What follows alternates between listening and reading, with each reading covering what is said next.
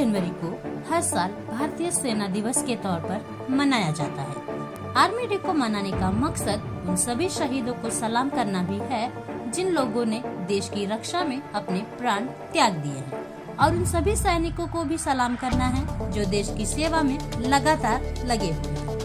भारत में lieutenant general KM. Cariappa के भारतीय थल सेना के शीर्ष कमांडर का पदभार ग्रहण करने के उपलक्ष्य में मनाया जाता है। नई दिल्ली व सभी सेना मुख्यालयों में भी मनाया जाता है। के.एम. करियप्पा देश के पहले लेफ्टिनेंट जनरल घोषित किए गए थे। आज 15 जनवरी 2022 को नई दिल्ली में भारत में अपना 64वां भारतीय सेना दिवस मनाया।